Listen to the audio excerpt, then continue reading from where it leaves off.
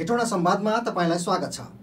आज हामी प्रगतिशील लोकतान्त्रिक पार्टीका केन्द्रीय सदस्य प्रकाश चन्द्र पाण्डेसँग कुराकानी गर्ने जमर्को गर्दैछौँ। तपाईँ युद्धमा जाँदाखेरि प्रलोक नामले जानुभएको हो। अब तपाईँ त्यो माओवादीसँग पनि हुनुहुन्न। तपाईहरूको जुन पार्टीको नाम पनि माओवादी छैन। अब त प्रगतिशील लोकतान्त्रिक पार्टी यो त छुट्टिँदै तपाईँ त टुक्रा हुँदै अहिले यहाँ आइपुग्नु भएको छ। अब त्यो नामले तपाईलाई माओवादी भनेर झस्काउला, तत्कालीन माओवादी भनेर झस्काउला नि त फेरि होइन। माओवादी भन्ने त माओवादी जसले जन्मायो, जसले चाहिँ माओवादी आन्दोलनको रेखाङ्कन सुरुवात गरे पवित्र उद्देश्यका साथ, अहिले माओवादी जसले कोरे उहाँलाई घेरामा पारेर माओवादी आन्दोलन चिथोरेर निचोरेर सकाए भन्ने निष्कर्ष हो मेरो।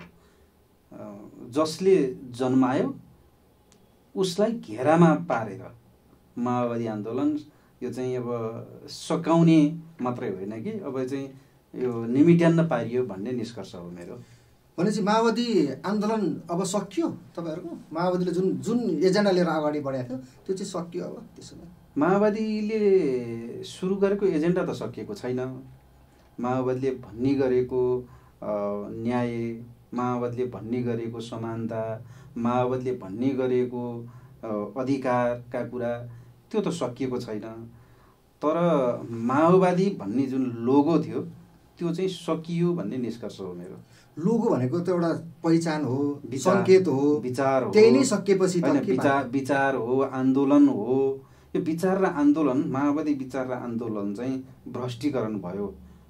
विचार एउटा छ, सिद्धान्त एउटा छ, तर जीवन व्यवहार चाहिँ अर्कोतिर गयो। अहिले माओवादी आन्दोलन बिस्तारै शान्ति प्रक्रियाको अलिक पछिदेखि तपाईँले अहिले भन्नुभएको टुक्रिँदै अब तपाईँहरू सकिने दिशातिर हुनुहुन्छ भने चाहिँ माओवादी आन्दोलन चाहिँ मैले छोडेर वा चाहिँ विगतमा माओवादी केन्द्रमा रहेको साथीहरूले छोडेर माओवादी आन्दोलन चाहिँ सकिँदैन। नेपालको अर्थ राजनीतिक अवस्था जो छ, नेपालको सामरिक स्थिति जो छ, त्यो माओवादी आन्दोलन अझ 20औं वर्ष आवश्यकता छ। यहाँको नेपालका बहुसङ्ख्यक जनताले माओवादीलाई अझ माया गरिराखेका छन्, माया गर्छन्। तर माओवादी आन्दोलन जुन ढङ्गबाट जानुपर्ने थियो त्यो ढङ्गबाट गएन र अरूले पनि चाहेका थियो। देशी विदेशी यहीँ भएका विभिन्न चाहिँ एजेन्टहरू यसले माओवादी आन्दोलन सकाउन चाहेका थिए। माओवादी आन्दोलन अब उनीहरूको योजनामा बिस्तारै अब सकियो भन्ने निष्कर्ष हो मेरो। तपाईँ त अब युद्धकालीनदेखि नै आउनुभएको एकजना व्यक्ति। अब देशी विदेशी तत्त्वहरूले तपाईँहरूको आन्दोलनलाई तुवाइदिए, सकिदिए भन्ने खालको तपाईँको जुन अहिलेको जुन भाष्य छ, फेरि माओवादीलाई त फेरि त्यही विदेशी एजेन्टहरूले, विदेशीहरूले नै माओवादी जन्माएको पनि भन्छ नि त। फेरि जसले जन्मायो उसैले सक्यो होला नि त। कुरा त्यसो होइन। जन्माउने बेलामा चाहिँ पवित्र उद्देश्यका साथ यहाँको तत्कालको समयमा नेपालको भू राजनीतिक स्थिति मात्रैको कुरा होइन। यहाँ नेपालको असमानता, नेपालमा भएका गरिबी, नेपालमा भएको चाहिँ यो जो क्षेत्रीय, लिङ्गीय, जातीय उत्पीडन थियो, त्यो उत्पीडनको विद्रोह हो।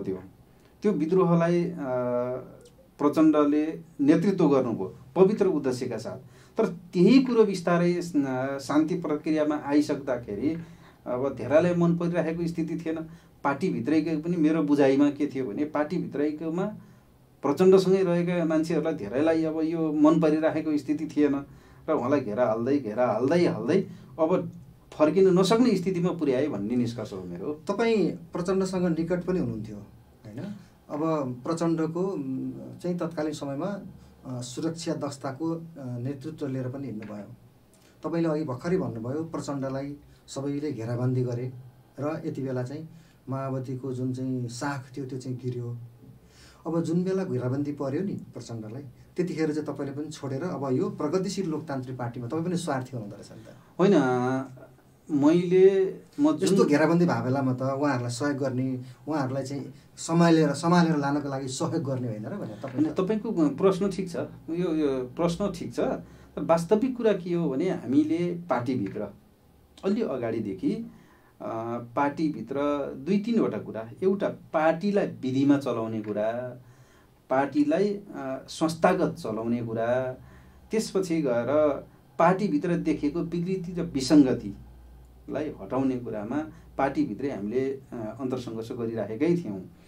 योभन्दा अगाडि केन्द्रीय समितिको बैठक जुन बेला अहिले नेपाली कम्युनिस्ट पार्टी भयो, तपाईँलाई यो संवाद मार्फत आम जनतालाई म भन्न चाहन्छु, हामीले नेपाली कम्युनिस्ट पार्टी भनेर नामाकरण हुनुभन्दा अगाडि पार्टीको केन्द्रीय समितिको बैठकमा सबैभन्दा पहिला चाहिँ हिजो टुक्रिएर गएको माओवादीहरूलाई एकतातिर लागौँ, पहिला त्यो एकता गर्नुपर्छ। हामी वामपन्थीहरूको एकताको विरोधी त हुनु हुँदैन, तर फेरि अहिले नै माधव नेपालहरूसँग एकता गर्नुभन्दा अगाडि यता चाहिँ माओवादी घटकहरूसँग एकता गर्दाखेरि फाइदा हुन्छ भन्ने हाम्रो कुरा थियो। त्यसपछि हामीले के राख्यौँ भने, यदि बिस्तारै त्यहाँ कस्तो देखियो भने अब एकता त हुने नै देखियो। एकता हुने नै देखिसकेपछि हामीले के भन्यौँ भने, त्यसो भए अब अहिले माधव नेपालहरूको पनि पुरै समूह, माधव नेपालको पुरै पार्टी एकतामा नआउने भइसकेपछि अहिले माओवादी भन्ने शब्द काहीँ राखिरहँ वा माओवादीको गोलाकारभित्रको हैँसा हतिवटा भन्ने चिन्ह पनि काहीँ, त्यो दुईटा मध्ये एउटा राखौँ। त्यो जनताको सेन्टिमेन्ट हो। अब त्यो पनि नहुने कन्डिसन भइसकेपछि हामीले के भन्यौँ भने, माधव नेपालहरूसँगको एकतालाई असहमत जाहेर गर्ने मान्छेहरूलाई नोट अफ डिसेन्ट लेखेर एकतामा जाने वातावरण बनाउनुहोस् भन्दाखेरि पनि त्यो वातावरण पनि त्यहाँ भएन। त्यसपछि मात्रै हामीले चाहिँ अब यो प्रगतिशील लोकतान्त्रिक पार्टी निर्माणको दिशामा हामी अगाडि बढेको। जस्तो अहिले नेपालमा मैले अघि यसो हेरेको थिएँ कि लगभग 143वटा जति पार्टीहरू भएछन् नेपालमा। त्यसमध्येमा तपाईँहरूको प्रगतिशील लोकतान्त्रिक पार्टी नामको अर्को पनि एउटा सटर खुल्यो। हामीले आम जनताले हेर्दाखेरि चाहिँ एउटा सटर, यो नयाँ एउटा चाहिँ सटर खोलेको हो। यो एउटा त्यो तर्क छ। अर्को तर्क फेरि यिनीहरू फर्केर अब पुरानो जहाँ थियो ती जान्छन् भन्ने अर्को तर्क छ। यो दुईटै तर्कको बिचमा हामीले के भन्ने गरेका छौँ भने, हामीले यो खोलेको प्रगतिशील लोकतान्त्रिक पार्टी चाहिँ यो सटरको निम्ति खोलिएको छैन। सबैले त्यसै भन्छन्। होइन, त्यसो मात्रै होइन, अरूले भन्छन्, हामी चाहिँ जीवन व्यवहारमा प्रमाणित गरेर देखाउँछौँ भन्नेमा छौँ। हामी त्यो कार्यदिशा बनाएर, त्यो रणनीति बनाएर अब हामी जनताकामा जाँदैछौँ। जनतालाई नेपालको वामपन्थी आन्दोलनमा देखिएको भ्रष्टीकरण, मेरो कुरा एकदम विचार गरेर सुन्नुहोला, नेपालमा वामपन्थी आन्दोलनमै देखेको भ्रष्टीकरण हो। यो सामान्य कुरा छैन। यो नेपालमा वामपन्थी आन्दोलन जुन दिशातिर गइराखेको थियो, त्यो दिशाबाट अब वामपन्थी आन्दोलन हिजो भर्खर नेकपा एमालेको 11औं महाधिवेशनमा अध्यक्ष केपी शर्मा ओलीले बोलेको कुरा सुन्नुहोस्। पछिल्लो जेन्जी आन्दोलन के को कारणले गर्दा भयो होला? जेन्जी आन्दोलन त दलहरूको असक्षमता, दलहरूले जनतालाई डेलिभरी गर्न नसकिसकेपछि भएको विद्रोह हो। भनेपछि त्यो विद्रोह पनि अब के कतातिर करार गर्न खोजिँदैछ भने त्यो चाहिँ हिंसा थियो, कसैले भड्काएको थियो भन्नेतिर चाहिँ अब दलका शीर्ष दलका कसैले जेन्जीहरू फकाएर, जेन्जी भनेकै हामी हो अर्थात् हाम्रो पार्टी चाहिँ जेन्जीको समर्थन गर्छ भनेर फकाउन थालेका छन्, कसैले अब हुङ्कार गर्न छोडेका छन्। त्यसो हुँदाखेरि वामपन्थी आन्दोलनको भड्काउ, वामपन्थी आन्दोलन चाहिँ अब बिस्तारै यो काङ्ग्रेसको ठाउँमा, काङ्ग्रेस अब राप्रपाको ठाउँमा पुग्नेतिर छ नेपालको वामपन्थी आन्दोलन।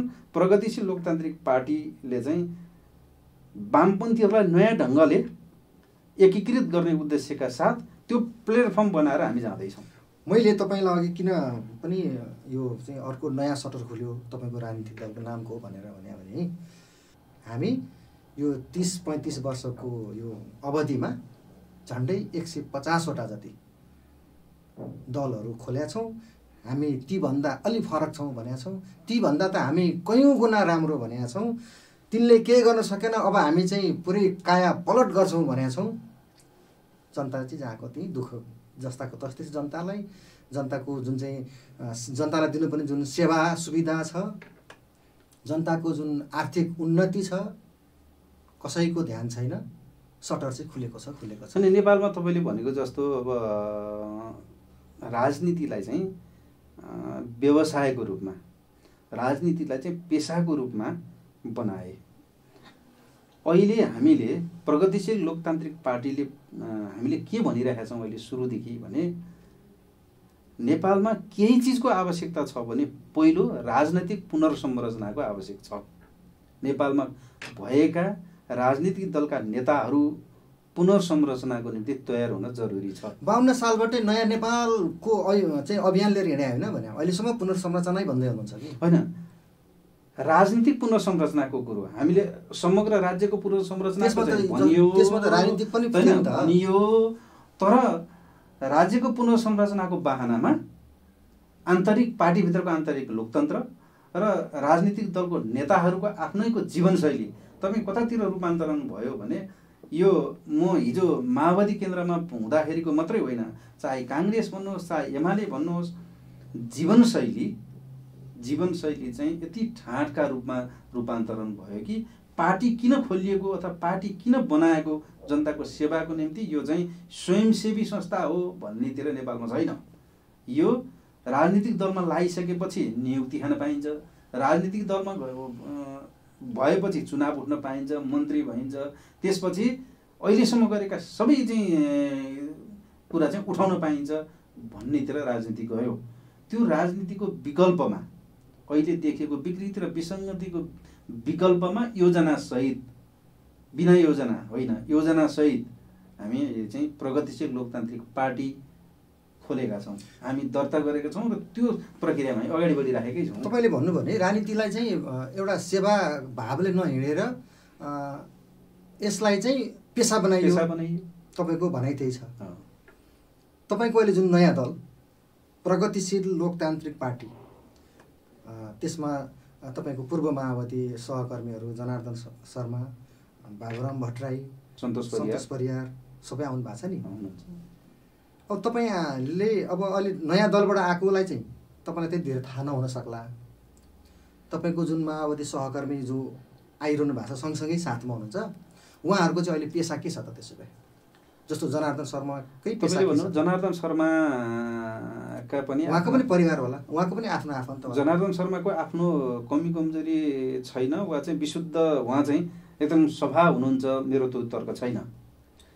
हामीले पहिला अलिकति मैले तपाईँलाई भने पार्टीभित्र गत 8-10 वर्ष अगाडिदेखि निरन्तर रूपमा 3टा कुरा।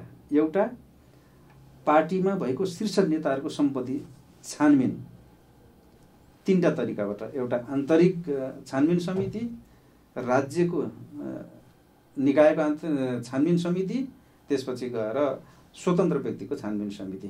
त्यो त पार्टी केन्द्रीय समितिसम्मको सबैको उसको आफन्त नातागोता मात्रै होइन, शङ्का लाग्नेसम्मको लागि चाहिँ छानबिन गर्नको निम्ति प्रभाकरले पार्टीभित्र पटक पटक कुरा उठाउँदै आए। एक। दोस्रो, अहिले मैले भने पार्टी विधिमा चलाउनुपर्छ। राम्रो लागिसकेपछि पार्टीभित्र के भयो भने यतिसम्म भयो कि तराईबाट राम्रो पोखरीको माछा लैदिए बापत त्यो चाहिँ जिल्ला कमिटीबाट प्रदेश कमिटीमा हुने स्थिति आयो। त्यो पनि कम्युनिस्ट पार्टीमा उसले कति समयसम्म जनताको पक्षमा काम गरेपछि, सेवा गरेपछि पार्टी सदस्य पाइन्छ, होइन कि हिजो हामीले क्रूर दमन गर्ने यो मान्छे फटा जाली हो यो भन्ने मान्छे आएकै भोलिपल्ट मन्त्री भएको यो चाहिँ रेकर्ड छ हामीसँग। पार्टी कतातिर गयो भन्दाखेरि पार्टी त सकिने मेसोतिर गयो। यो सम्पत्ति छानबिनको कुरामा पार्टीभित्र जनार्दन शर्माको उहाँले भनिराख्नु भएको छ, मेरो सबै परिवार जनयुद्धमा हिँडे, म हिँडेँ, मेरा भाइहरू हिँडे, मेरो बहिनीहरू हिँडे, मेरो सम्पत्ति छानबिन गर, कता अमेरिकातिर पेट्रोल पम्प खोलेको छ भन्ने छ होइन, अनेक आरोप छ नि त, छानबिन गर, म खुल्ला छु भनेर उहाँले भन्यो। त्यही कुरा जनार्दन शर्माले उठाउँदाखेरि चाहिँ उहाँ कहिले मुसोको आरोप खेपिरहनु परेको छ, कहिले के को आरोप के भन्छ जनमैत्री हस्पिटलको आरोप खेपिरहनु परेको छ। त्यो आरोप के भन्छ मुक्त हुनको निम्ति त छानबिन हुनु पर्यो। उहाँको अहिले आम्दानीको स्रोत भनेको के भन्छ पानी फ्याक्ट्री छ उहाँको, जनार्दन शर्माको आफ्नो पानी फ्याक्ट्री छ, छोरा बुहारी निजी के भन्छ प्राइभेट कम्पनीमा जागिर खान्छन् उहाँको छ। सबै नेताहरूले स्पष्टसँग जनतालाई आम्दानीको स्रोत के हो, जस्तो मैले अहिले तपाईँलाई भनिरहँदाखेरि मेरो आम्दानीको स्रोत के हो, म के कसरी मेरो जीवनयापन चलिरहेको छ भन्ने कुरो, त्यसमा पनि आफूलाई कम्युनिस्ट भन्नेहरूले त देखाउनु पर्यो। विषय यहीँ गएर अल्किएको हो। पार्टीभित्र अहिले जे जति देखिएको छ कम्युनिस्ट पार्टीभित्रको अन्तर्कलह, यो सम्पत्ति निजीकरण गराउने विषयलाई नै यहाँ चाहिँ पार्टीहरू मलिरहेको स्थिति हो। तपाईँले भन्नुभयो नि सम्पत्ति छानबिन गर्नुपर्छ होइन, यदि कसैले गलत तरिकाले चाहिँ आर्जन गरेको छ भने। अब देखिएको चाहिँ के छ भने आन्तरिक रूपमा आफ्नो पार्टीको सदस्यलाई सकेसम्म त आफ्नो पार्टीले जोगाउँछ, देखिएको कुरा होइन त, जोगाउनेतिर जान्छन्। सरकारको आधिकारिक निकायले जाँच्छ नि त भन्नु हो भने दलका कार्यकर्ताहरू नै त्यो जहाँ जहाँ चाहिँ बस्नुपर्ने हो त्यहाँ कार्यकर्ताहरूलाई भर्ना गरेको छ भन्ने आरोप खेपिएकै छ। अख्तियार होस् अथवा सम्पत्ति शुद्धिकरण होस् आदि इत्यादि सबै ठाउँमा आयुक्तहरू नियुक्ति गर्ने बेलामा दलका कार्यकर्ताहरू नै गएका छन् भन्ने छ। अब जनताले छानबिन गर्नको लागि त त्यस्तो खालको वातावरण नै छैन, जनता त सुनेर मात्रै बस्ने हो। छानबिन चाहिँ कसरी होला त? सबैभन्दा ठुलो कुरा चाहिँ कोही शक्ति सम्पन्न छ भने त्यो जनता हो। जनताले गरेको छानबिन चाहिँ अन्तिम छानबिन हो।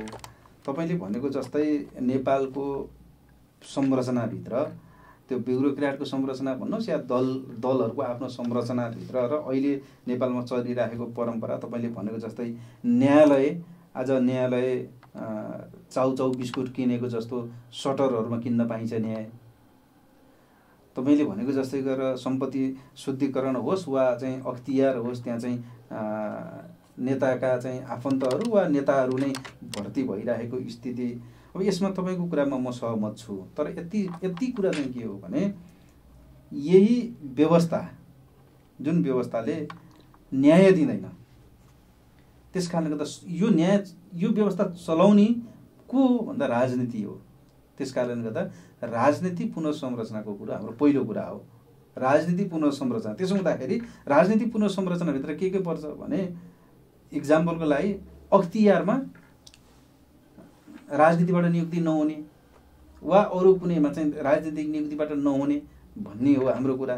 तपाईँले भनेको कुरा विकृति छ भन्ने कुरामा चाहिँ म पनि सहमत छु, तर विकृति छ भन्दैमा तत्कालीन तपाईँले अवलम्बन गरेको पार्टी माओवादी केन्द्रकै पनि त कार्यकर्ता अथवा त्यससँग नजिक रहेकाहरू त विभिन्न संवैधानिक निकायमा त छन् नि त? छन् उहाँहरूले निष्पक्ष गर्नुभएको छैन, मैले देख्दिनँ। यो कुरा सत्य कुरा हो। अनि कसरी छानबिन होला त? मैले भने त्यही भएर राजनीतिक पुनर्संरचनाको कुरा गरेका छौँ हामीले। राजनीतिक पटक पटक के भनिरहेका छौँ भने राजनीतिक पुनर्संरचनाको आवश्यक छ है, पहिलो कुरा। त्यसपछि मात्रै भ्रष्टाचारको विरुद्धको महाअभियान छेड्नुपर्छ। त्यसपछि अहिले यो डिजिटल जो चाहिँ अब समय छ, अहिलेको चाहिँ सूचना सञ्चारको युग छ, यो युगलाई समय सापेक्ष कृषिमा, पर्यटनमा, उद्योगमा होइन कहाँ चाहिँ हामीले त्यो पुस्तालाई कहाँ हामीले लगाउन सक्ने यो योजना बनाएर लगाउनु पर्यो भन्ने हाम्रो कुरा हो। तर हामी कहाँ अल्झिरहेका छौँ भने दोषारोपण गर्न अल्झिरहेका छौँ। हामी कहाँ अल्झिरहेका छौँ भने आफू कसरी बन्न सकिन्छ, आफ्ना भाइ भारदार र आफ्ना चाहिँ आफ्नालाई चाकडी गर्ने दलाली गर्ने मान्छेहरू कसरी जम्मा बनाउन सकिन्छ भन्नेमा हामी अल्झिएका छौँ। त्यस कारणले गर्दा यो राजनीति भ्रष्टीकरण भयो भन्ने मेरो तर्क हो। तपाईँहरू पनि अल्झिनुहुन्न भन्ने के ग्यारेन्टी त? हामीले जनतालाई विश्वास त्यो त जीवन व्यवहारबाट दिनु पर्यो। मैले अहिले भने नि मैले के गरिराखेको छु भने जनताले हेर्नु पर्यो, जज त जनताले गर्नु पर्यो। जनताले जज गरिसकेपछि मात्रै यो कुरा सम्भव छ। तपाईँ त जस्तो माओवादी केन्द्र छोडेर भनौँ, राजीनामा दिएर भनौँ, यता आउनको लागि चाहिँ तत्कालीन वाइसिएल इन्चार्ज रामप्रसाद सापकोटा जुन दीपशिखा हुनुहुन्छ उहाँसँगको टसलका कारणले उहाँसँग मतभेद भएपछि चाहिँ जनार्दन शर्मातर्फ चाहिँ आउनुभएको भन्ने त सार्वजनिकै भएको थियो नि। टसल भइसकेको छ कि के छ? होइन, मैले सुन्नु त भएको थियो, मैले सुनेको थिएँ। एउटा नेसनल टेलिभिजनबाट नै रामप्रसाद सापकोटा दिप्सीको र मेरो फोटो राखेर समाचार बनाएको मैले हेरेको थिएँ। विषय त्यो चाहिँ होइन, त्यो सत्य पनि होइन। सत्य चाहिँ कुरा के हो भने मैले पार्टीभित्र जो विषयमा कुरा राख्दै गरेको थिएँ, पार्टीमा मलाई चित्त नबुझेका विषयहरू छलफल गरिराखेको थिएँ र मैले राजीनामा दिइराखेको बखतमा पनि यो कारणले गर्दा मैले राजीनामा दिएँ, म माओवादी केन्द्रमा यो कारणले गर्दा रहन सकिनँ वा अहिले नेपाली कम्युनिस्ट पार्टीमा म जान सक्दिनँ भनेर मेरो आफ्नो चाहिँ सैद्धान्तिक कुरा, आफ्नो विचारको कुरा मैले राखेको थिएँ। रामप्रसाद सापकोटा दिप्सीका र मेरो बिचमा अन्तर्विरोध भएर म चाहिँ पार्टी छोडेको भन्ने त्यो कुरा सत्य। तपाईँले त जेनजी आन्दोलनमा पनि प्रचण्डले राम्रो भूमिका निर्वाह गर्न सक्नु भएन भनेर पनि त लेख्नु भएको थियो। हो, मैले लेखेको थिएँ, मैले सुझाव पनि दिएको थिएँ। जेनजी आन्दोलनभन्दा अलि अगाडि मैले के सुझाव दिएको थिएँ भने जो चाहिँ त्यो नेपो बेबीको कुरा आइराखेको थियो, हामीलाई सूचना के आइराखेको थियो, मैले के थाहा पाइराखेको थिएँ भने भित्रभित्र भुसको आगो जसरी गरेर मान्छेहरू चाहिँ यो अहिलेको नेताहरूको विरुद्धमा, खास गरी नेताहरूको प्रवृत्तिको विरुद्धमा माओवादी पार्टी ठिक छ, एमाले ठिक छ वा काङ्ग्रेस ठिक छ, पार्टी चाहिँ त्यसका विचारहरू ठिक छन् भन्ने र त्यसको चाहिँ नेतृत्वले त्यो विचारअनुसारको अथवा त्यसको गाइडलाइन अनुसारको काम गरेन भनेर नेताहरूको विरुद्धमा एउटा मास बाहिर निस्किराखेको हामीले देखेका थियौँ। र त्यो कुरा मैले भनेको थिएँ, ल है आन्दोलन अब सामान्य हुने स्थिति हुन्न, हामीले सुझाव दिइराखेका छौँ। तर त्यसलाई चाहिँ अलि अब नेतृत्व जुन कमिटीमा म थिएँ त्यो कमिटीमा भएको नेतृत्वहरूले त्यो भ्याउ पाएनन् भन्नु पर्यो। अहिले मैले उहाँले अलिक खिसिटिउरी गरेको जस्तो त्यस्तो सम्भावना नै छैन। अब चाहिँ कहाँ त्यो आन्दोलनले अहिलेको चाहिँ यत्रो काङ्ग्रेस र एमालेको सत्ता पल्टाउँछ भने जस्तो होइन, अब कहाँ चाहिँ नेताहरू भाग्नुपर्छ भने जस्तो र हामीले अलिअलि अगाडि सङ्केत चाहिँ गरेका थियौँ। एउटा सार्वजनिक स्थानमा चाहिँ अब तपाईँको नेता जनार्दन शर्माले त यस्ता खालका कुरा उठाउँदाखेरि तपाईँले अर्को नयाँ पार्टी खोलेर जानुस् भन्नुभयो, मलाई भन्नुभयो नि, त्यस्तो पनि प्रचण्डले भन्नुभएको थियो। के थाहा छ तपाईँलाई? थाहा छ? होइन, पार्टीको बैठकमा नै त भन्नुभएको त्यस्तो होइन। सामान्य इन्टरनल अब छलफल हुँदाखेरि होइन, अब तपाईँलाई यहाँ म प्रति सन्तुष्ट नै हुनुहुन्न, अहिले मैले गरेको कामहरूप्रति तपाईँ सन्तुष्ट नै हुनुहुन्न भने त तपाईँ बसिरहनु पर्छ भन्ने पनि छैन नि भनेर कुरा गर्नुभयो भनेर जनार्दन शर्माले हामीलाई भन्नुहुन्थ्यो। भनेको अप्रत्यक्ष रूपमा जानुभयो हुन्छ भन्नुभएको थियो। तपाईँले सामाजिक सञ्जालमा पनि निकै कुराहरू अपडेट गर्नुहुँदो रहेछ कि मैले एउटा एकछिन अगाडि तपाईँ आउनुभन्दा अगाडि मैले सानो एउटा तपाईँको सामाजिक सञ्जालको स्ट्याटस देखाएको थिएँ। हामी तिमीहरू जस्तो चाहिँ सिक्रीले बाँधिएको दास होइनौ होइन, कालो झन्डा होइन, हामी तिमीहरूको कालो यात्राको पर्दाफास गर्छौँ। यावत कुरा के हो यो भनेको? यो त सार्वजनिक रूपमा तपाईँ जतिको मान्छे। मैले जनार्दन शर्मा रुकुम पश्चिम गइसकेपछि उहाँलाई त्यहाँ केही उशृङ्खल मान्छेहरूले योजनाबद्ध ढङ्गले 5-7 मान्छेहरू लगाएर कालो झन्डा देखाउने भइसकेपछि त्यसको प्रतिवाद गरेको मैले। त्यो प्रतिवाद पनि मैले के भनेर प्रतिवाद त्यहाँ देखेकै छ, हामी सिक्रीले बाँधिएको वा कम्तीमा पनि आलोचना गर्न सक्ने हो है, हामी चाहिँ तिमीहरू आलोचना गर्न नसक्ने, देखिएको कुरा गलत कुरालाई गलत कुरा भन्न नसक्ने पर्यो, हामी चाहिँ त्यो होइन हौ। त्यस कारणले गर्दा हामी बिस्तारै के गर्छौँ भने तिमीहरूभित्रको तथ्य र प्रमाणको आधारमा मलाई लागेको छ, मैले सुनेको छु, अलिअलि थाहा पाएको छु नेताहरूको विकृति विसङ्गतिका विषयमा, तर त्यो मैले त प्रमाण चाहियो नि। मैले काहीँ उभिएर भन्नुपर्दाखेरि यो प्रमाण छ मसँग, त्यस कारणले गर्दा भन्ने छ। त्यो प्रमाणको सङ्कलनसहित हामी केही मान्छेको तिमीहरूको गर्छौँ भन्ने अर्थमा हो। मैले सङ्कलन गर्दै हुनुहुन्छ कि त्यत्तिकै होइन, आवेगमा वा चाहिँ रिसको झोकमा भनेको होइन, मैले यति चाहिँ भनिराखेँ। आवेगमा रिसको झोकमा मैले त्यो स्ट्याटस लेखेर अरूलाई चाहिँ त्यो प्रतिवाद गरेको मात्रै होइन। भनेपछि तत्कालीन माओवादी केन्द्रका नेता कार्यकर्ताहरूको केही कमी कमजोरीहरू तपाईँहरूसँग छ, प्रमाणसहित आउँदैछ, सार्वजनिक गर्छु भन्नुभएको। कमी कमजोरी त हाम्रा पनि छन् होइन। जुन स्तरमा हामी थियौँ त्यो स्तरमा मैले भने नि त्यही स्तरको हामी नेताहरू बिग्रिएका चाहिँ हो। तर केही नेताहरू यसरी बिग्रिए वा यसरी चाहिँ बिगार्नको निम्ति उत्प्रेरणा जगाइदिए पार्टीभित्र, जो अब सुध्रिँदैनन्। र त्यस्ता मान्छेहरूको अब सुनकाण्डको कुरा होइन, त्यस्ता मान्छेहरू अहिले तपाईँ तत्कालीन माओवादी केन्द्रको नेताहरूको उपाध्यक्ष होइन अरू गई, अब अहिले भएका पार्टीका चाहिँ अब शीर्ष तहका नेताहरूको छोराहरू, हामीसँगै युद्धमा लडेका साथीहरूको पनि अहिले भागारै भाग भएर प्रायः सबै अमेरिका जानु परेको छ। त्यो लगनगाँठ हो। त्यो लगनगाँठ हो आफ्नो नेतृत्वलाई अथवा आफ्नो घरको मूल मान्छेलाई थाहा छैन होला भन्ने चाहिँ लाग्दैन। तपाईँले अहिले अङ्गीकार गर्नुभएको पार्टीकै हुनुहुन्छ नि जनार्दन शर्मा, उहाँले पनि त मुसा ठुल्ठुलै पाल्नु भएको थियो भन्ने कुरो त आएको थियो नि। मुसाले पनि तार काट्यो, अलिक तारै काट्ने खालको मुसा पाल्नु भएको रहेछ। त्यो चाहिँ कुरो होइन फेरि कि आफ्नो चाहिँ लुकाउनु पर्छ? होइन, एउटा होइन, मैले अघि सुरुमा नै भनेको थिएँ, जनार्दन शर्मा प्रभाकर आफै पुरै विशुद्ध काहीँ संलग्न के भन्छ दुधले नुहाएको मान्छे छन् भन्ने त अहिले भन्न सकिन्न। तर त्यो जुन मुसाको कुरा, तार काटेको कुरा, करको दर हेरफेर गर्दाखेरि मान्छे लयो भन्ने कुरा जो गरिएको थियो, तपाईँलाई थाहा छ, आम जनतालाई पनि थाहा छ। एउटा छानबिन समिति, त्यो चाहिँ अब राजीनामा दिएर छानबिन समितिबाटै यसलाई निर्कल गरेर उहाँ राजीनामा दिइसकेपछि नेपालमा यस्तो मान्छे हो जो फेरि दोहोऱ्याएर सोही मन्त्रालयमा अर्थमन्त्री हुनुभयो। त्यस कारणले गर्दाखेरि अब यो आम मान्छेलाई भन्न त सकियो, तर छानबिनबाट उहाँ निर्दोष साबित भएर फेरि पुनः त्यहाँ मन्त्रालयमा मन्त्री भएर जानुभएको। मुसाले तार काटेर होइन त्यो होइन, त्यो मान्छेलाई भ्रम हो। मान्छेलाई चाहिँ अब हो बिग्रेकै यही हो कि आफ्नो पार्टीले गरेको चाहिँ अलिक बढी भ्रम हुन्छ, अरूले मैले यति पनि भनेको छु। त्यो भ्रमभन्दा अगाडि अझ मैले के शब्द थपेको छु भने सबै कुरामा उहाँ पुख्त हुनुहुन्छ, दुधले नुहाएको हुनुहुन्छ त म भन्न सक्दिनँ। तर त्यही घटनाको सन्दर्भमा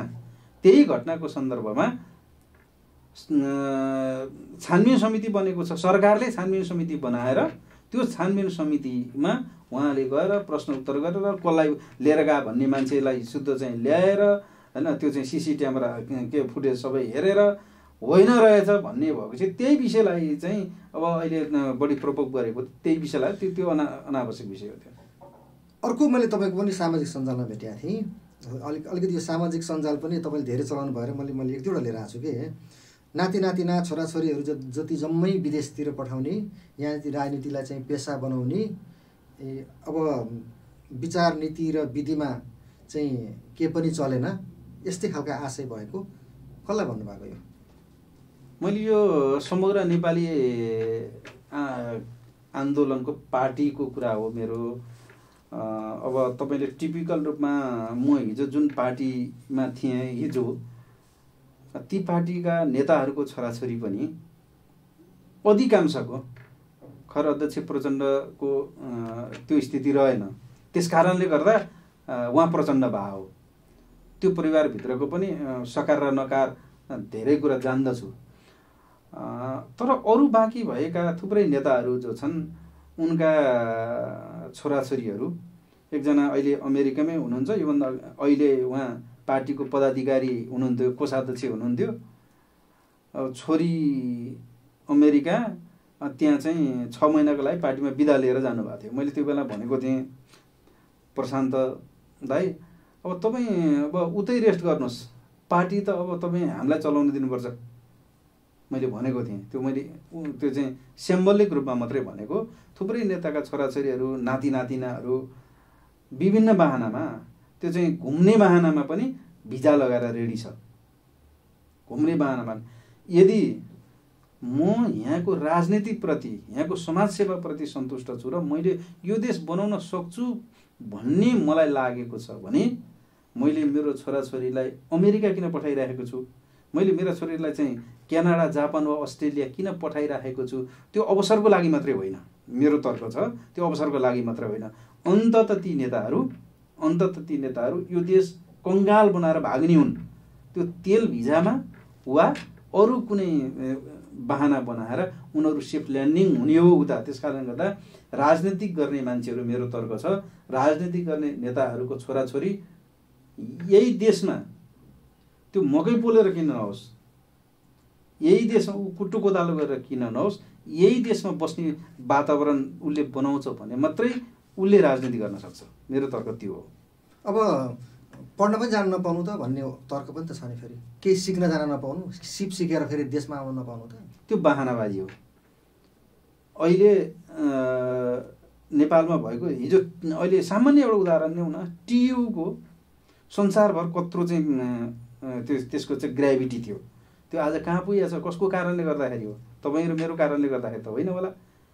नेताहरूको छोराछोरी नेता यहीँ पढ्दा हुँदैन, नेताको छोराछोरीले यहीँ काम गर्दा हुँदैन, पिएचडीसम्म त यहीँ पढ्न पाइन्छ छ त होइन, छ यहीँ गरे हुँदैन। त्यो बहाना हो।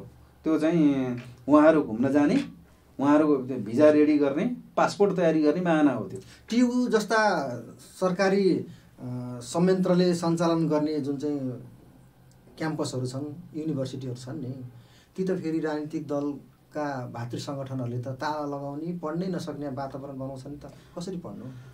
निर्वाचन विकृति छ यसमा त। मैले अहिले नै भने विकृति छ, यो राजनीतिकै कारणले गर्दा विकृति भएको हो।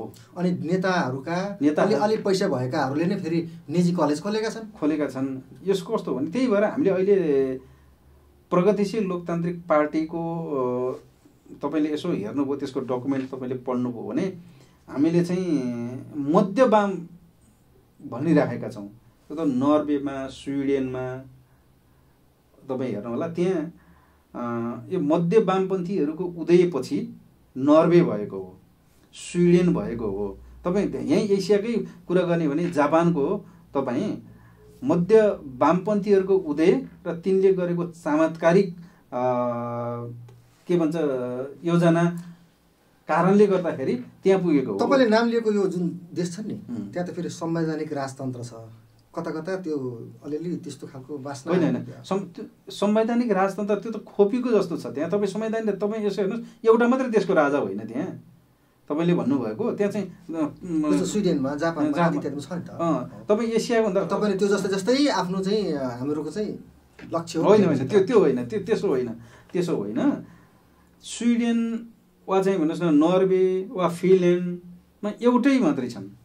ती सबै देशका चाहिँ एउटा हुन् के, प्रत्येक देशका होइनन् न। हामीले यहाँ भन्ने गरेको चाहिँ त्यो विकासको पूर्वाधार तयारी, समृद्धिको पूर्वाधारको तयारी चाहिँ त्यो देशको मोडलमा मध्य वामपन्थीहरूले सोच्ने तरिका चाहिँ त्यो हो। उनीहरूले त्यही मध्य वामपन्थीहरूले त्यो सोचेर त्यहाँ बनाए भन्ने कुरा हो मेरो। तपाईँको यो प्रगतिशील लोकतान्त्रिक पार्टीको अघि मैले भने शब्द अलि नराम्रो भए पनि यो पार्टीको सटर नयाँ पसल, यो पसलमा चाहिँ के पाइन्छ? यो पसलमा इमान्दारिता पाइन्छ। यो पसलमा चाहिँ पत्याउनु पर्यो है फेरि जनताले। तपाईँले बोलेका कुरा जनताले सुनिरहेछन्, हेरिरहेछन्, तपाईँले भनेका कुरा चाहिँ साँच्चै पत्याउनु पर्यो नि फेरि। यो पसलमा इमान्दारिता पाइन्छ। यो पसलमा देशमा म केही गर्छु भन्ने युवाहरूको निम्ति खजाना पाइन्छ। यो पसलमा तपाईँकै शब्दमा यो पसलमा अहिले भएको पछिल्लो जेनजी आन्दोलनसम्मको सबै हिजो माओवादीको जनयुद्ध, मधेस आन्दोलन, ६२-६३ का आन्दोलन, थरुवाट आन्दोलन, यी सबै आन्दोलनहरूको एकमुष्ट यो प्रतिबिम्ब हो। यो तपाईँले यसरी पनि बुझ्नुहोस्, यो पार्टी यी सबैहरूको प्रतिबिम्ब हो यो पार्टी। त्यस कारणले गर्दा यहाँ तपाईँले के पाइन्छ को कुरा मात्रै होइन, यहाँ यो देश निर्माण गर्न सक्ने आधार पाइन्छ। यहाँ चाहिँ यो अहिले देखेको विकृति र विसङ्गति हटाउने चाहिँ औषधि पाइन्छ। यहाँ कागजमा चाहिँ पाइन्छ होइन, यहाँ डकुमेन्ट जुन होइन हामीले भनेको छौँ नि। अब पहिला त कागज डकुमेन्ट नै बनाउनु पर्यो। त्यो डकुमेन्ट सँगसँगै हामीले के पनि भनेका छौँ भने अब हामी केही समयपछि यो राजनीतिक पुनर्संरचनाको सँगै हामी अब तत्कालीन हाम्रो कार्यभारहरू छन्, हामी के गर्छौँ भने यो भ्रष्टाचारको, यो त महारोग हो, यो भ्रष्टाचार महारोगको विरुद्धको एउटा अभियान सञ्चालन गर्छौँ। त्यसपछि गएर अब तत्काल चुनाव हुन्छ हुँदैन स्थिति त हुने त म त देख्दिनँ। त्यसैले चुनावमा विगतदेखि राजनीतिक दलहरूले जनतालाई ढाँट्दै आएको, छल्दै आएको, विषय जनतालाई हामी भन्न जान्छौँ, हाम्रा विषय त्यहाँ राख्छौँ, हामी यो गर्न चाहन्छौँ भन्ने विषय राख्छौँ। यो अब मङ्सिर 4 गते तपाईँहरूको आधिकारिक रूपमा दर्ता भएको जुन पार्टी होइन, मङ्सिर 4 गते नै भएको हो तपाईँहरूको, त्यसपछिको पनि तपाईँहरूका जुन शीर्षस्थ जुन नेताहरूले विभिन्न ठाउँमा गरेका भाषणहरू, विभिन्न ठाउँमा आफूले बोलेका कुराहरू हामीले पनि सुनेका छौँ, आम नागरिक जनताले पनि सुने होलान्।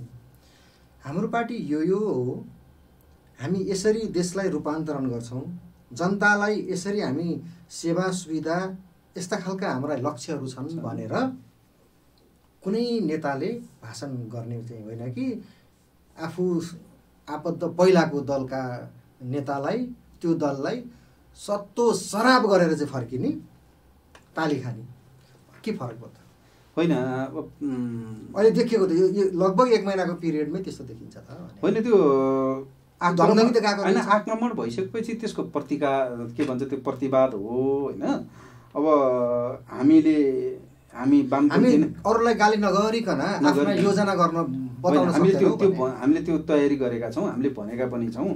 कतिपय ठाउँहरूमा हाम्रा अब साथीहरूले अलिअलि त्यो चाहिँ पुरानो धङ्दैबाट नसकेको स्थिति पनि हो। म हिजो माओवादी केन्द्रमा छौन्जेलसम्म माओवादी केन्द्र सबैभन्दा राम्रो हुने, आज छोडेको भोलिपल्टै नराम्रो हुने हुँदैन, त्यसको श्रृङ्खला हुन्छ र मैले प्रतिवाद गर्दाखेरि वैचारिक रूपमा प्रतिवाद गर्छु। मैले प्रतिवाद गाली गर्दाखेरि व्यक्ति विशेषको कुरा होइन, त्यो त चाहिँ विचारमा नै स्खलितको कुरा हो, विचारमा नै अब सकिएको कुरा हो। त्यसो हुँदाखेरि हामीले एउटा त्यो प्रतिवाद पनि गर्छौँ। अर्को कुरा, प्रगतिशील लोकतान्त्रिक पार्टीको अहिलेको कार्यदिशा के हो, हाम्रो रणनीति के हो, हामी कसरी जाँदैछौँ भन्ने कुरा पनि हामीले राखिराखेकै छौँ। अब हामी के चाहन्छौँ, हाम्रो कार्यदिशा के हो, तिमीहरू के चाहन्छौ भन्ने कुरा हामी जनताको लोकतन्त्र, प्रगतिशील लोकतन्त्र हाम्रो कार्यदिशा हो।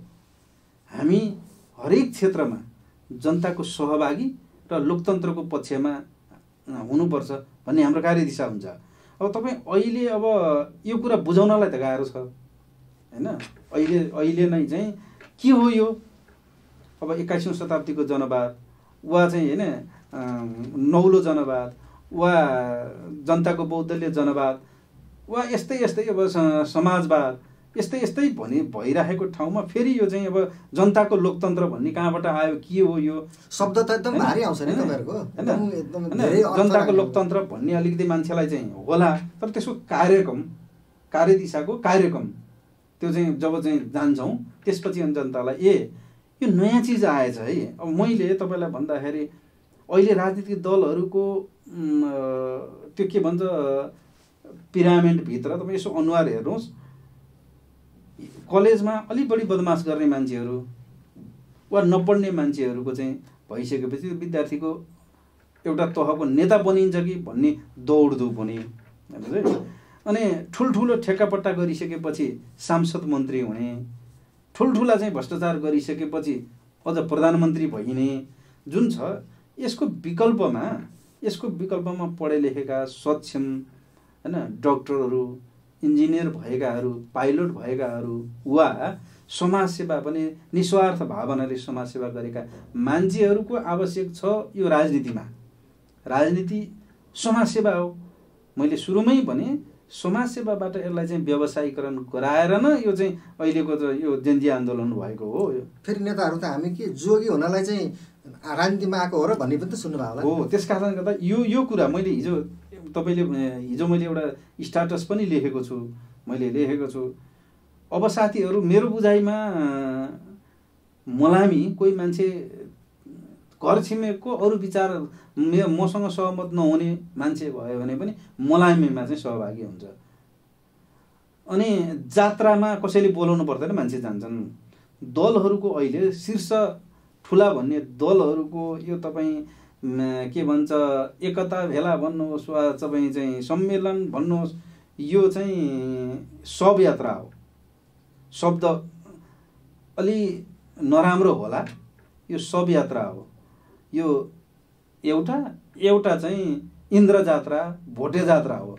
जो पनि मान्छे आउँछन् यही मान्छेको आकलन गरेर उहाँहरूले आगामी निर्वाचनमा आफ्नो पल्ला भारी भन्ने जो सोचिरहनु भएको छ उहाँहरू फेरि एकचोटि जनतालाई धोका दिने स्थितिमा हुनुहुन्छ तर त्यो स्थितिमा जनता छैनन्। तपाईँहरूको पनि त एकताको कार्यक्रम भएको थियो नि त? हो, हाम्रो एकताको कार्यक्रम भएको थियो। त्यो चाहिँ सब यात्रा भने जस्तो चाहिँ भएन त्यो चाहिँ? होइन, हामीले एकता गर्दाखेरि हाम्रो विषयवस्तु हामी त नयाँ पार्टी भयौँ, हाम्रो नयाँ पार्टीको नयाँ कुरा राख्नको निम्ति हेरे हाम्रो कार्यकर्ता मात्रै जम्मा गरेका छौँ। बोतलको नाम पो नयाँ आयो त, भित्रको त गुदी त होइन होइन होइन, त्यो धेरै फरक छ।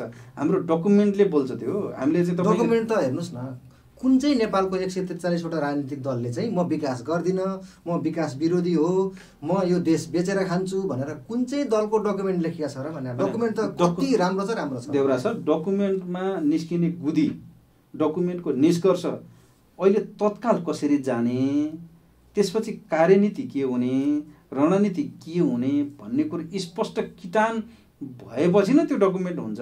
तपाईँ अहिले दुईवटा चिजको समस्या छ। एउटा पपुलरिजम, त्यसले गर्दाखेरि एकदम चाहिँ चाँडै महत्त्वकांक्षा बढ्ने अनि मान्छेलाई अब म आज के नगरिसकेँ युट्युब र हो यो डिजिटल, मैले भन्ने गरेको छु यो डिजिटल गुन्डागर्दीको युग चाहिँ हो, यो डिजिटल प्लेटफर्म भएको युग चाहिँ हो। तर अहिले मान्छेले के प्रयोग गरिरहेका छन् भने त्यसलाई चाहिँ पपुलरिजमको रूपमा प्रयोग गरेर अब कतै म एकै दिनमा चाहिँ राष्ट्रपति भइहाल्छु कि के हो, म प्रधानमन्त्री भइहाल्छु कि के हो अब भन्ने गरेछ। कस्तो विरोधाभास कुरो छ। तपाईँ भन्ने चुनावको कुरा हेर्नुहोस् है, अब के भन्छ सङ्घको निर्वाचनको कुरा, अनि हौवा पिटिरहेका दलहरूले के कार्यकारी प्रधानमन्त्री, यो दुईवटा मिल्ने कुरा हो। कार्यकारी प्रधानमन्त्रीको चुनाव हुने हो कि अथवा चाहिँ निर्वाचन मार्फत प्रधानमन्त्री चुनिने हो? दलहरूले अहिले पनि के भन्ने हो जनतालाई भन्ने कुरा स्पष्ट भनिराखेको स्थिति छैन। खालि आफू कसरी र आफ्नो कसरी बनाउन सकिन्छ त्यतातिर मात्रै ध्यान छ। तपाईँहरूको यो नयाँ राजनीतिक दलको तपाईँ त अब यसो गाउँघरमा सहर बजारमा हिँड्दा पनि सुन्नुहुन्छ होला नि, अहिले पछिल्लो समयमा चाहिँ प्रदेश सरकार भनौँ, यो प्रदेश संरचना चाहिँ घाँडो भएछ भन्ने चाहिँ सुन्नुहुन्छ होला नि। तपाईँहरूको दलको चाहिँ यो कार्यदिशामा चाहिँ यो कहाँ परेछ, के छ? यो महँगो परेछ? प्रदेश सरकार अलिक बढी भयो। प्रदेश सरकारको अधिकार जति दिनुपर्ने थियो त्यो नदिइसकेपछि चाहिँ महँगो भयो भन्ने हो हाम्रो कुरा। चाहिँ अधिकार त तल जति दियो त्यति जनताले पाउने हो नि त। भने केन्द्र सरकारले प्रदेश सरकारलाई दिने अधिकार चाहिँ लुगाइराख्यो, छेक्यो भन्ने हो। तपाईँले भनेको जस्तो प्रदेश सरकार प्रदेश बढी भएर खर्च बढी भयो भन्ने तर्क चाहिँ छैन, त्यो होइन। प्रदेश हिजो 43वटा गाविस थियो मकवानपुर जिल्लामा, मकवानपुर 43वटा थियो, आज त्यो कहाँ आइपुगेको छ? आज त्यो 10वटामा आइपुगेको छ। हिजो 43x9 वडा अध्यक्षहरू थिए। त्यसरी हिसाब गर्नुभयो भने चाहिँ मैले त स्थानीय सरकारको कुरो गरिनँ, प्रदेश सरकारको चाहिँ कुरो गरेँ। प्रदेश सरकारको जो चाहिँ खर्च चाहिँ कटौती गर्नुपर्छ, प्रदेश सरकारमा भएका तामझाम जो छ तामझाम, यो तामझाम चाहिँ घटाउनुपर्छ। तर प्रदेश कसरी घटाउने त? तपाईँ मन्त्रालयको होइन, संविधानमै 20% चाहिँ मन्त्री हुन पाउने भनेको छ। बागमती प्रदेशकै हिसाब राख्ने भने 20-21जना हुन्छ। हो, त्यो घटाउनु पर्यो, त्यो घटाउनु पर्यो। त्यो चाहिँ हामीले जहाँ घटाउने हो त्यहाँ घटाउनु पर्यो। हाम्रो तर्क के हो भने प्रदेश हुनु हुँदैन अथवा प्रदेश खारेज गर्नुपर्छ भन्ने तर्क चाहिँ होइन। त्यो अहिलेको यो कन्टेस्टमा त्यस्तो चाहिँ अब सम्भावना पनि देख्दिनँ म, त्यो हुनु हुँदैन। तर प्रदेशभित्र देखिएको जो चाहिँ आर्थिक भार छ त्यो आर्थिक भार चाहिँ नीतिगत रूपमा नै घटाउनुपर्छ भन्ने। 100मा 80% सरकार चलाउनलाई सरकार चलाउन 20% बाँकी रहन्छ। 100 रुपियाँ आम्दानी गरेको सरकारले चाहिँ 80 रुपियाँ तलब भत्ता कर्मचारी आदि इत्यादिमा जान्छ। 20% जम्मा खर्च गर्न पाइन्छ। त्यो 20% पनि तपाईँलाई हाम्रो देशको अवस्था, यहाँको समाज, यहाँको व्यवसाय सबै थाहा छँदैछ। त्यो 20% पनि कति प्रतिशत चाहिँ काममा पुग्ने होला त्यो हामीले भनिरहनु परेन। अनि खर्च चाहिँ बढी भएन भन्न पाइन्छ त अब होइन। त्यसको लागि पहिला त जनतालाई डेलिभरी दिन पर्यो। इक्जाम्पलको लागि डेलिभरी पनि जम्मा 20% भयो। होइन, मैले मेरो तर्क सुन्नुहोस्। हेटौँडा उपमहानगरपालिकाको वार्षिक बजेट ऋणात्मक छ। तपाईँले नि हेर्नु भएको छ, मैले पनि हेरेको छु। ऋणात्मक पनि कति ऋण छ भन्दाखेरि अनुमानित 40 करोडभन्दा बढी चाहिँ ऋण छ। भन्नुहोस् न यो उसलाई हेटौँडा उपमहानगरपालिकालाई। अब यो ऋण लागेको कुरा यहाँको स्थानीय स्रोत साधनलाई प्रयोग गरेर राजस्व वृद्धिको नीतिगत निर्णय चाहिँ छैन। यहाँ दुईटा चिज मात्र के देखिन्छ भने एउटा केन्द्र सरकार र जति छ अहिलेसम्म जे उठ्यो त्यो चाहिँ तलब भत्ता आदिमा खर्च हुने, त्यो चाहिँ अहिले तपाईँले भनेको जस्तै गरेर स्थानीय सरकारले जुन राजस्व आम्दानी गर्छ नि त्यसको पनि त प्रदेश सरकारलाई र सङ्घीय सरकारलाई भाग लगाएपछि बाँकी ल है त चाहिँ यति खा भनेर दिन्छ नि त। फेरि ऐन त त्यस्तो छ। होइन, ऐन त्यो छ। त्यही कारणले गर्दाखेरि प्रदेश सरकार अहिले स्थानीय त अझ तपाईँले भनेको जस्तो अझ बलियो नै छ। स्थानीय सरकारको कुरा गर्ने हो भने राजस्वमा त अहिले पनि बाँडफाँड त होइन, बाँडफाँड छ। त्यो राजस्वको बाँडफाँडको पनि विवाद छ। अब त्यो के अरे ढुङ्गा गिटी बालुवाको अलिअलि विवाद चलिराखेकै छ। अरू यो के अरे वनजन्य कुराको पनि अलिअलि विवाद चलिराखेकै छ। यी त यावत कुरा भयो कि मैले भनेको अहिले पछिल्लो चरणमा चाहिँ प्रदेश सरकारको संरचनासँग त्यसलाई चाहिँ यो हटाइदिए हुन्थ्यो भन्ने भाष्य त निर्माण भएको त सुन्नु भएको छ नि। भाष्य निर्माण भएको छ। हो, यो भाष्य कसरी निर्माण भयो यो त प्रदेश सरकार र तपाईँको योजना चाहिँ के छ? तपाईँको कुरा मैले बुझेँ। प्रदेश सरकार र स्थानीय सरकार बीचको सम्बन्ध चाहिँ राम्रो छैन। तपाईँको भनाइ त्यो हो। एउटा प्रदेश सरकार स्थानीय सरकारले हामीलाई प्रदेश सरकार चाहिँदैन, प्रदेश सरकारको साटो सिधै चाहिँ केन्द्रीय सरकार भए हुन्छ भन्ने एउटा बजारमा छ भन्ने कुरा हो तपाईँको। हाम्रो चाहिँ तर्क के हो र हाम्रो पार्टीले भन्ने कुरा चाहिँ के हो भने स्थानीय सरकार र केन्द्र सरकारको बीचमा पुलको काम गर्ने को रूपमा प्रदेश सरकार हुनुपर्छ। दोस्रो तहको नेतालाई फेरि कहाँ लगेर राख्ने? होइन, त्यसो मात्रै होइन। हामीले त के भनिरहेका छौँ भने विज्ञहरूबाट मन्त्री हुने कुरा गरेछौँ हामीले त। कहाँ चाहिँ तपाईँ अब चाहिँ सांसद जितेर मन्त्री हुने कुरा गरेका छौँ र हामीले। तपाईँ विज्ञहरूबाट मन्त्री हुने, अब जितेका सांसदहरूले चाहिँ ऐन कानुन बनाउने कुरा गरेका छौँ हामीले। हाम्रो पार्टीले त्यो भनिरहेको छ। अब राष्ट्रिय सभामा त देख्नु भयो होला नि त, तपाईँकै दलको नेता अर्थमन्त्री पनि हुनुहुन्थ्यो। यो अहिले पछिल्लो समयमा त विभिन्न समयमा उहाँ सरकारमा पनि हुनुहुन्छ। राष्ट्रिय सभामा अन्ततिर चाहिँ चुनाव हारेकोहरूलाई लगाएर राखेका छन्। अब विज्ञ त देखिहाल्यो नि। होइन, त्यही समस्या त छ राजनीतिक दलहरूको। राजनीतिक दलको त्यो समस्या भएर त राजनीतिक पुनर्संरचनाको कुरा गरिएको हो त। राजनीतिले नै सबै कुराको निर्धारण गर्ने भएको कारणले गर्दा राजनीतिमा विकृति छ। कर्मचारीहरूले भ्रष्टाचार कसको आडमा गरिराखेको छ? दलको नेताहरूको आडमा चाहिँ भ्रष्टाचार गरिराखेको छ। राजनीतिका दलको नेताहरूको आड भरोसामा के गरिराखेको छ? दलाल पुँजीपतिहरूले अनेक वाहनमा देश लुट्ने र पैसा बाहिर लाने गरिराखेको छ। त्यस कारणले गर्दा केही सुध्रिनु छ भने पहिला चाहिँ राजनीति गर्ने नेताहरू सुध्रिन जरुरी छ, राजनीतिक परम्परा सुध्रिन जरुरी छ। अहिलेसम्म चलिआएको राजनीतिक सिस्टमको समस्या छ। त्यस कारणले गर्दा राजनीतिक पुनर्संरचनाको पहिलो कुरा हो भनिराखेका छौँ हामीले। त्यसो भए जुन भातृ सङ्गठनहरू हुन्छन् कि हुँदैन, हामीले चाहिँ अहिले केन्द्रमा बहस गरिराखेका छौँ। यसले विकृति त ल्याछ। यसमा चाहिँ तपाईँहरू के छ? हामीले अहिले छलफल के गरिराखेका छौँ भने कर्मचारी, त्यसमा चाहिँ शिक्षक जसले प्रत्यक्ष रूपमा जनताको डेलिभरी दिने काम हुन्छ, त्यहाँ चाहिँ हामी सङ्गठन अहिले भातृ सङ्गठनको रूपमा नबनाउने कि भन्ने हाम्रो छलफल चलिरहेको छ। केही दलहरूले त आफ्नो भातृ सङ्गठन नराख्ने भनेका छन् नि, होइन? हामीले छलफल हाम्रो पनि चलिराखेकै छ। त्यो अझ त्यसमा चाहिँ के राख्ने के नराख्ने भन्ने निष्कर्षतिर छौँ हामी। चुनावमा अनि कसले प्रचार गरिदिन्छ त फेरि? त्यो पनि त होला नि। होइन, अहिले डिजिटल युग छ। अहिले चाहिँ अब यत्रो चाहिँ मिडिया छ, तपाईँहरू हुनुहुन्छ। अब अहिले प्रत्येक मान्छेको हात, अहिले तपाईँ मेरो हिजो त्यो कति मान्छे उपस्थित भयो वा र्यालीमा मेरो मान्छे यति थियो, त्यस कारणले गर्दा भोट यति आउँछ भन्ने स्थिति छैन। त्यस कारणले गर्दा प्रचार अब अहिले डिजिटल माध्यम पहिलो हो। तपाईँहरूको जस्तो यो ट्रेड युनियन, यो विद्यार्थी सङ्घ सङ्गठन आदि इत्यादि चाहिँ हुन्छ या हुँदैन, के छ छलफल मात्रै अहिलेसम्म? अनि कसरी दस्तावेज बन्नु त? अनि विद्यार्थी सङ्गठन, त्यसपछि गएर चाहिँ युवाहरूको सङ्गठन यो बन्छ। तर मैले अघि नै भने नि, ट्रेड युनियन, विद्यार्थी सङ्गठन र ट्रेड युनियन फरक कुरा हो, युवा सङ्गठन र ट्रेड युनियन फरक कुरा हो। भनेपछि ट्रेड युनियन चाहिँ अब हामी अहिले नबनाउने कि भन्ने नै हाम्रो। सरकारी तलब भत्ता खानेहरूको चाहिँ कुनै सङ्घ सङ्गठन हुनु हुँदैन भन्ने मान्यता हो तपाईँहरूको? यस। खारेज गर्न सक्नुहुन्छ? हामी खारेज होइन, हामी हाम्रो पार्टीले त्यो चाहिँ लागू गर्छौँ।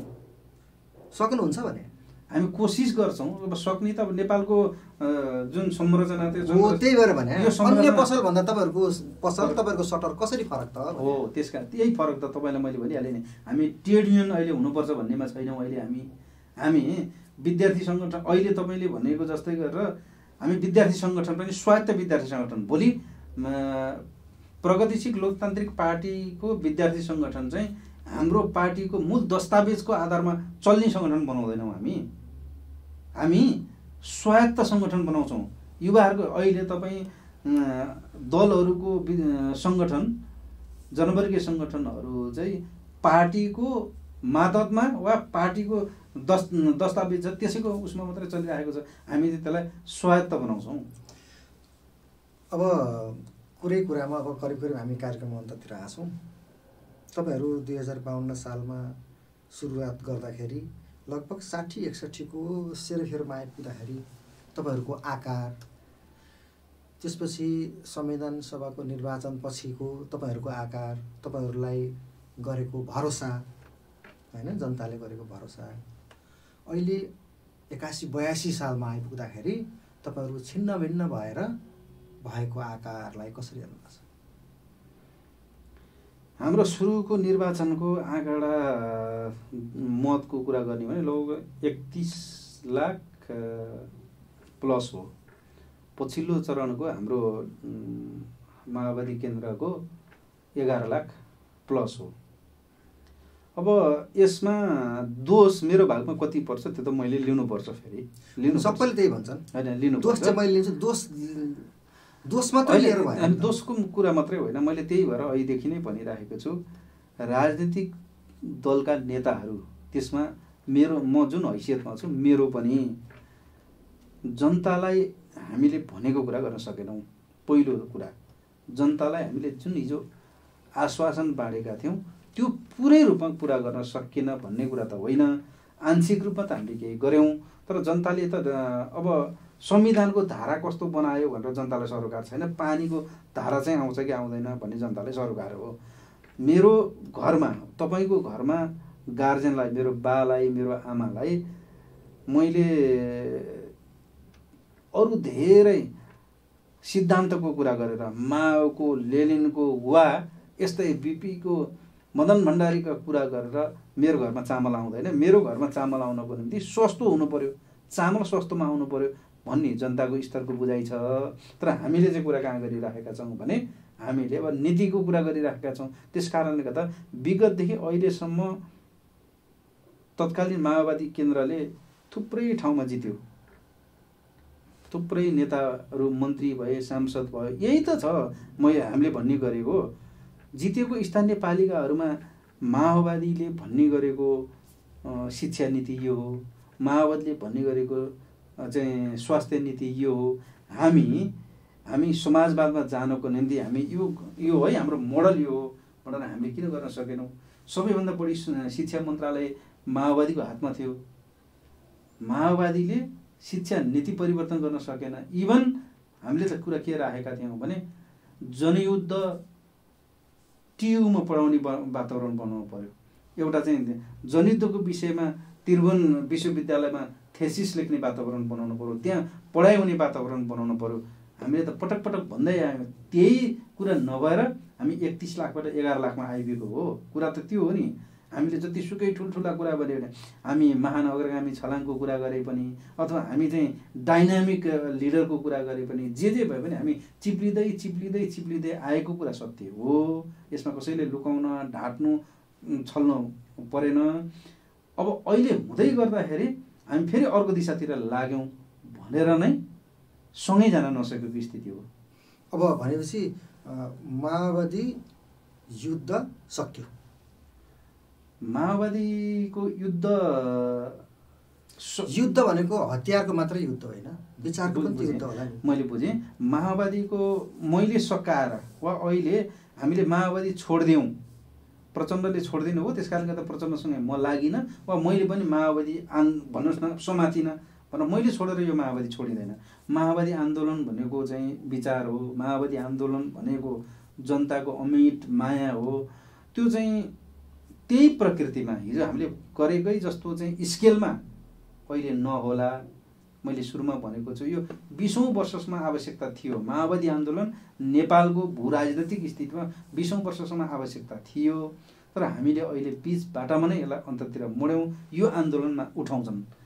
यो यदि हामीले भन्ने गरेको जनतालाई डेलिभरी दिन नसक्ने कन्डिसन हो भने यो धेरै लामो समय जाँदैन। तपाईँ माओवादीको रूपमा आन्दोलन, माओवादीकै रूपमा जेन्जी आन्दोलन हो, अर्को भयङ्कर आन्दोलन हुने नेताहरूको हिजो अस्तिको बोली नेताहरूले अहिले गरिराखेको चाहिँ जो तडक भडक छ, यो तडक भडक नेताहरूले सुधारेनन् भने जेन्जी आन्दोलन भन्दा पनि भयानक दुर्घटना हुने देख्छु म त। जस्तो माओवादी आन्दोलन चाहिँ अब वैचारिक रूपमा भए पनि सकेको छैन, अझै 20 वर्ष जान्छ भन्दै हुनुहुन्छ। तर तपाईँले जुन प्रगतिशील लोकतान्त्रिक पार्टीको जुन छ नि, यसको चाहिँ प्रगतिशील समाजवाद विचारधारा त मार्क्सवाद नै छ नि, माओवादी त तपाईँले छोडिसक्नु भएको होइन। हामीले चाहिँ यति कुरो पनि अहिले नेपाली कम्युनिस्ट पार्टी जो तपाईँहरू त माओवादको माओपथ प्रचण्डपथ हुँदै आउनुभयो नि त। हो नि।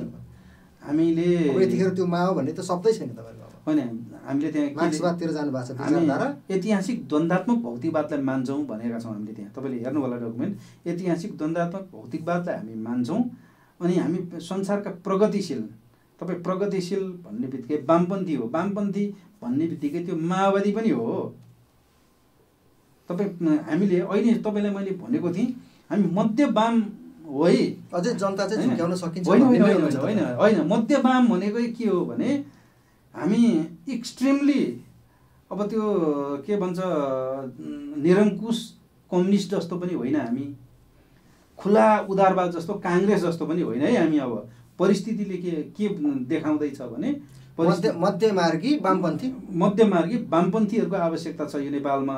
यसले मात्रै यो देशको चाहिँ अब आर्थिक सामाजिक राजनीतिक लाई ठिक लयमा लान सक्छ भन्ने हाम्रो निष्कर्ष हो अहिले।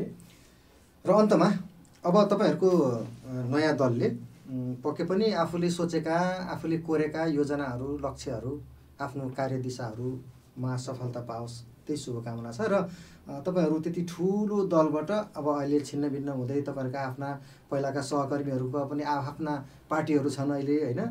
कहिले त तपाईँहरू चाहिँ वाम एकता गर्ने पनि भन्नुहुन्छ, कहिले हामी सबै एक हौँ पनि भन्नुहुन्छ। यो घिस्रिँदै मान्छेलाई झुक्क्याउँदै केही गर्न सकिन्छ कि भन्यो, केही गर्न सकिँदैन, यो कहिलेसम्म जान्छ होला अन्तमा? यो हामी यो कार्यक्रमको अन्तमा छौँ, कहिलेसम्म यो चाहिँ जिगज्याग भनौँ न अब यो भइरहला। र यो झुक्क्याउने तपाईँले भनेको जस्तो अब फेरि तपाईँहरूले झुक्क्याउनलाई नयाँ प्रक्रिया थाल्नु भएको छ। यो जान्छ कतिसम्म जान्छ भन्न खोज्नु भएको हो तपाईँको शब्दमा चाहिँ। मेरो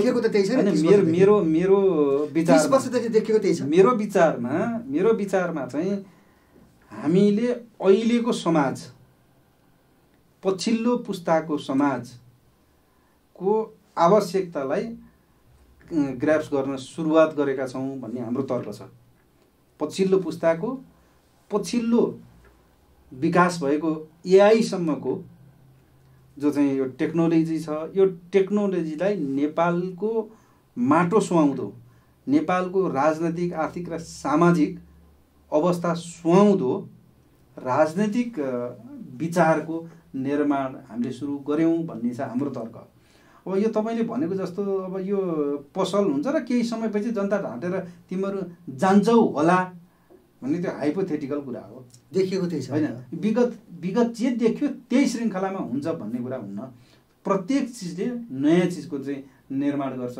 जेन्जी आन्दोलनले राजनीतिक दलहरू मात्रै होइन, राजनीतिक दलका शीर्ष नेताहरू र सबै मान्छे को पोलिटिकल ग्राभिटी बराबर बनाइदिएको हो। तपाईँ अहिले कुनै पनि राजनीतिक दलको पार्टीको आन्तरिक संरचनामा अध्यक्ष र सदस्य चाहिँ होला, तर जनताको मनमा गरिब किसान मजदुर डोके भरिया नाम लिएको मनमा चाहिँ राजनीतिक दल छैनन्। अहिले राजनीतिक दलहरू सबै निमिट्यान भएको स्थिति हो। जेनजी आन्दोलनले सबै चिज सिद्ध्याइदिएको हो नि। तपाईँ चाहिँ न्यायपालिका सिद्ध्याइदियो, कार्यपालिका सिद्ध्याइदियो, व्यवस्थापिका सिद्ध्याइदियो। दलहरू सबै हेलिकप्टर चढेर भागेको प्रधानमन्त्री के भन्दैछन् भने केटाकेटीहरूले ढुङ्गा हान्न आए त्यस कारणले लाग्छ भनेर चाहिँ म त्यहाँबाट हिँडेको, केटाकेटीहरू खुसी भयो होला। भनेपछि यो देश प्रधानमन्त्री भइसकेको मान्छेले बोल्ने तर्क त्यही हो। मान्छे अझै त खिसिट्युरी भयो पछिल्लो पुस्तालाई। यो चाहिँ जेनजीहरूको निम्ति खिसिट्युरी मात्रै होइन, अहिलेको भएको प्रवृत्तिप्रतिको खिसिट्युरी हो नि त। त्यस कारणले गर्दा मैले अन्तिममा के भने हामी पछिल्लो विकसित टेक्नोलोजी र युवाहरूलाई साथमा लिएर नेपाल सुहाउँदो राजनीतिक व्यवस्था निर्माणको दिशामा छौँ हामी। हस्, पक्कै पनि तपाईँहरूको लक्ष्यमा तपाईँ पुग्नुहोस्, तपाईँलाई शुभकामना छ। र केही पक्कै पनि परिवर्तन भयो भने हामी फेरि बसौँला र अहिले बोलेका कुराहरू जुन बस्छ यसलाई पनि हामी पछि हेर्छौँ। तपाईँले बोलेका कुराहरू कतिका लागू भएनन् र यसलाई हामी फेरि मन्थन गर्छौँ। समय दिनुभयो, तपाईँलाई धन्यवाद छ। हस्, मेरो पार्टीको मेरो आफ्ना कुराहरू राख्न समय दिनुभयो, यहाँलाई पनि धेरै धेरै धन्यवाद।